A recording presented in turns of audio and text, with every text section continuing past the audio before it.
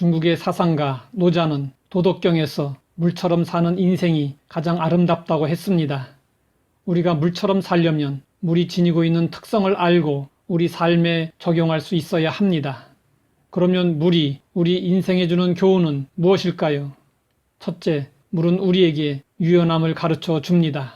물은 네모난 그릇에 담기면 네모난 모양이 되고 동그란 그릇에 담기면 동그란 모양이 됩니다. 외부의 힘에 의해 기체나 고체로 변하기도 하지만 다시 원래의 모습으로 돌아옵니다. 이처럼 물은 본질은 변하지 않으면서 상황에 적절히 순응합니다. 물은 어떤 환경에서도 유연하게 적응할 수 있습니다. 그리스도인은 물처럼 복음을 위하여 여러 사람에게 여러 모습이 될 수 있어야 합니다. 둘째, 물은 우리에게 겸손을 가르쳐 줍니다. 물은 모든 사람들이 싫어하는 낮은 곳으로 흐릅니다. 낮은 곳에서 높은 곳으로 역류하는 법이 없습니다. 물은 높은 곳에 놓아도 언제나 낮은 곳으로 찾아 흐릅니다.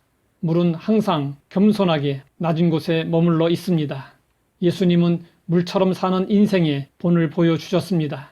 그는 근본 하나님의 본체시나 하나님과 동등됨을 취할 것으로 여기지 아니하시고 오히려 자기를 비워 종의 형체를 가지사 사람들과 같이 되셨고 사람의 모양으로 나타나사 자기를 낮추시고 죽기까지 복종하셨으니 곧 십자가에 죽으심이라.